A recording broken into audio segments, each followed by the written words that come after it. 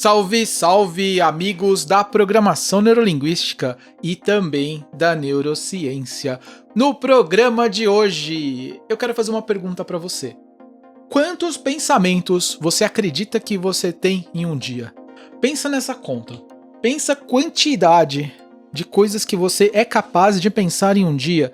E importante também, a variação. Quando você está fazendo uma coisa, de repente o que acontece? Você já começa a pensar outra, e outra, e outra, e outra, e outra na sequência. Vou contar uma coisa pra você. Hoje pela manhã, quando eu acordei, assim que eu abri os olhos ou que eu tomei consciência de que eu tava acordado, né? Pô, a gente pensa assim, pô, agora eu tô acordado, né? Quando é que isso acontece? Esse momento é meio estranho.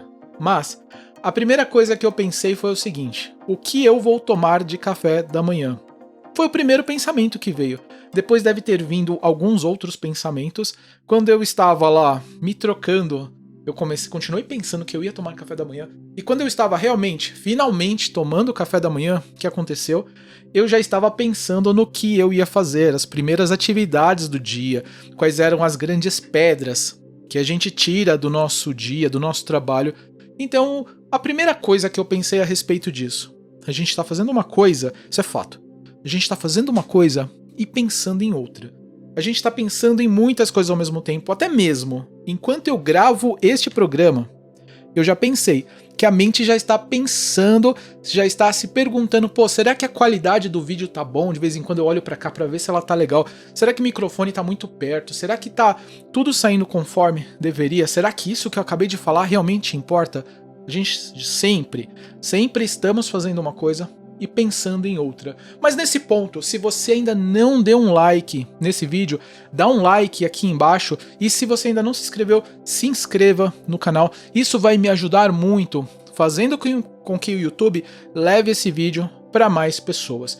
Então, neste programa de hoje, do Mindset, o novo Mindset, que é o novo Mindset, é a celebração das novas ideias. Mas vamos lá, vamos ao conteúdo. Eu quero apresentar para você aqui um conteúdo que eu publiquei no meu site, que eu publiquei no meu blog. Quantos pensamentos você tem em um dia? Esse estudo, primeira coisa que eu quero dizer para você é que esse estudo foi feito a partir de uma pesquisa da Nature. A Nature, esta revista bem importante que publica artigos científicos, e para um artigo entrar na Nature, isso quer dizer que um cara passou muito tempo, mas muito tempo, eu tô até com o link dela aberta aqui, o cara passou muito tempo pesquisando, testando, desenvolvendo, até chegar a essa conclusão, até ele ter o seu trabalho publicado. Mas vamos aqui, se você quiser eu vou deixar para você um link aqui embaixo da Nature também e um link do meu artigo. Meu artigo é um resumo, lê o meu artigo que vai dar bom. Então aqui eu conto a história de como eu acordei cedo e eu estava pensando em tudo que eu tenho que fazer. Mas quantos pensamentos de verdade a gente tem em um dia? Existem algumas contas aqui na internet. Existem algumas contas, algumas pessoas falam. Se você dá uma pesquisada no Google, algumas pessoas vão falar de 5 mil, de 50 mil a 70 mil pensamentos em um dia. Mas esse número que eles publicaram, esse número ele não tem uma base científica. Foi baseado em um estudo, talvez um achômetro, talvez alguns chutes.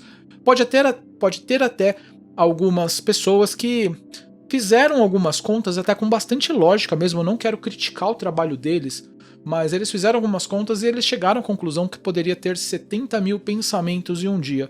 Mas aqui, neste artigo, eles falaram que não. E como eles chegaram a essa conclusão de 6 mil pensamentos em um dia? Esse número aqui é bastante importante, 6 mil pensamentos. Como que eles chegaram a esta conclusão? Eles fizeram estudos. Eles pegaram a mente das pessoas e colocaram aqueles montes de eletrodos, aqueles montes de fiozinhos ligados na mente e começaram a fazer uma espécie, acho que não uma espécie, mas é um eletroencefalograma. Quando eles conseguem, não só isso, é um pouco diferente, eles começaram a mapear, tem aqui um vídeo bem legal que eu quero compartilhar, um arquivo que eu quero compartilhar com você, eu vou chegar aqui das áreas, olha só. Esse é o mecanismo, eles escaneiam a mente e eles conseguem saber, baseado em imagens, quais são as áreas cerebrais que elas estão em atividade naquele momento. Então eles colocam não só um eletroencefalograma, que é aquelas ondinhas assim. Eles colocam o cara lá e começam a escanear, e a partir desse momento eles começam a fazer estímulos. Estímulos, eu já vou contar quais foram os estímulos que eles fizeram aqui. E a partir de então eles começam a mapear quando surge um pensamento, quando surge uma ideia. E isso daqui tem muito a ver com o artigo. Essa imagem aqui, essas minhoquinhas. Quando eles colocaram, né, esse estudo, ele envolveu 184 participantes com idade média de 29 anos. Os autores do estudo usaram exames de imagens cerebrais para rastrear quando os novos pensamentos começam e os participantes estavam descansando assistindo um filme. Por que eles escolheram filmes? Então, o que eles fizeram? Eles colocaram essa galera toda, essas 184 pessoas, para eles assistirem um filme. E eles começaram a escanear a mente deles. Então eles perceberam algumas coisas bastante importantes que eles chamaram de... Eu não sei como que eu devo traduzir essa... Eu até pensei um pouco. Se eu traduzir truth worms, seriam larvas, né? Larvas de pensamentos. Mas não.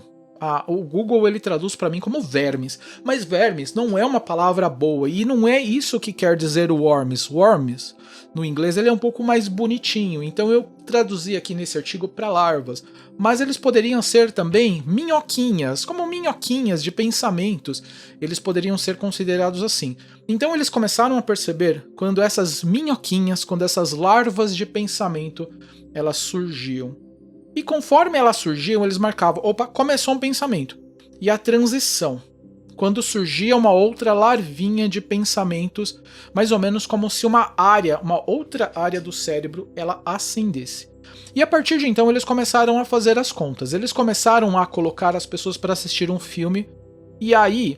Pensa quando você está assistindo um filme, você está assistindo lá, de repente você começa a pensar, pô, uma cena trouxe uma recordação, uma cena trouxe uma coisa bacana que eu já vivi, algum sentimento, ela traz recordações. Como é dito na programação neurolinguística, ativam âncoras. E as âncoras, elas são importantes porque elas trazem sensações, elas nos carregam, as âncoras nos transportam para estados emocionais, estados fisiológicos, e isso surge em pensamentos. Então, talvez você já viu alguma coisa, já raciocinou, já a sua mente lá maquinou e levou você para pensar numa outra coisa. Você viu uma outra cena, aquilo tudo vai mudando e você pode... Dependendo do filme, você pode viver muita coisa da sua vida em um só filme. Então eles começaram a mapear isso. O filme era importante porque a partir de então eles conseguiam mapear. E pela importância, olha só, aí ele começou a traçar também, e ele chegou à conclusão de que 6,5 transições de pensamentos por minuto. Esse é um número muito importante. Aí multiplica pela quantidade de horas lá que a pessoa fica acordada, e até na vigília, até quando ela está dormindo, nós costumamos ter pensamentos, porque os sonhos também, eles refletem isso, eles chegaram ao número de 6.000, então eles acreditam que nós temos mais de 6.000 pensamentos por dia. E esse mesmo artigo também, ele falou um pouco sobre pensamentos negativos. Quantos pensamentos negativos nós temos por dia?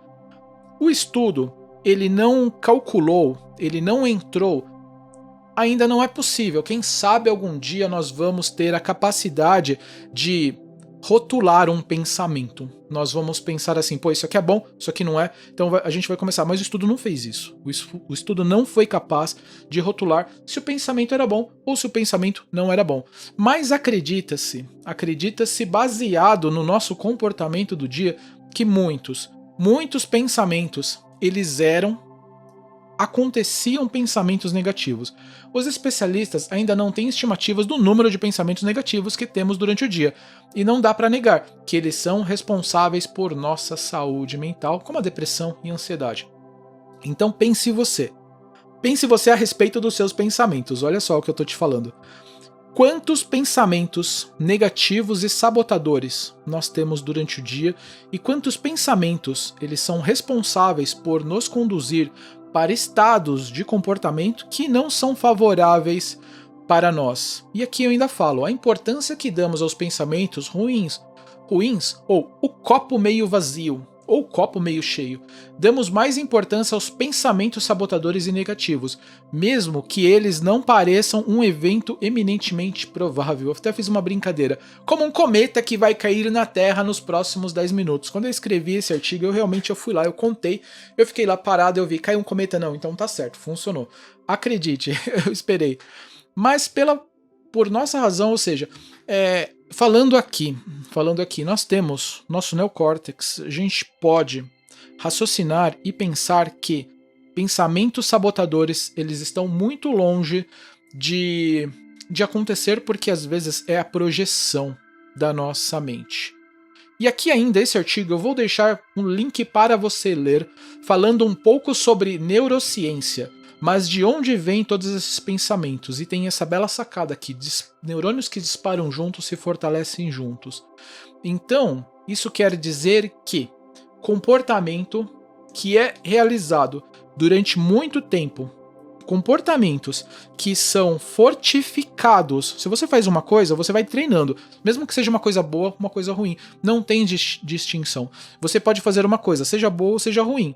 E essa coisa, se você vai repetindo ela inúmeras vezes, você está treinando aquele comportamento, você está treinando aquele conjunto de neurônios para se comportar daquela maneira, seja boa ou seja não tão boa. Então o que a gente tem que fazer? A gente tem que usar o nosso neocórtex para raciocinar. Esse comportamento é bom? A quantidade de vezes que eu estou repetindo ele vai fazer com que ele fixe na nossa mente, e esse conjunto de neurônios ele vai começar a disparar com mais facilidade. Vulgarmente ele entra no nosso inconsciente. Então, desta maneira, nossos pensamentos eles conduzem as nossas ações, e as nossas ações, os pensamentos conduzem a emoções e emoções conduzem a ações. Então, se você quer ter um resultado melhor, comece a mudar os seus pensamentos. Pô, você já pensa 6.000 vezes por dia em coisas abstratas, aleatórias. Por que não pensar umas 10 só? Papo reto. Por que não pensar pelo menos umas 10 vezes dessas 6.000 e coisas produtivas que vão levar você para um outro caminho? Fazendo isso, você vai atingir seus objetivos e tudo aquilo que você mais sonhou. Se esse vídeo foi bom para você, se você curtiu essa mensagem, compartilhe com um amigo. E se você ainda não deu um like e ainda não se inscreveu no canal, se inscreva, porque você vai receber mensagens como esta, você vai receber vídeos que vai fazer você entender um pouco mais o que é a neurociência, o que é a programação neurolinguística. Eu sou Marcelo Bresciani e vejo você no próximo vídeo.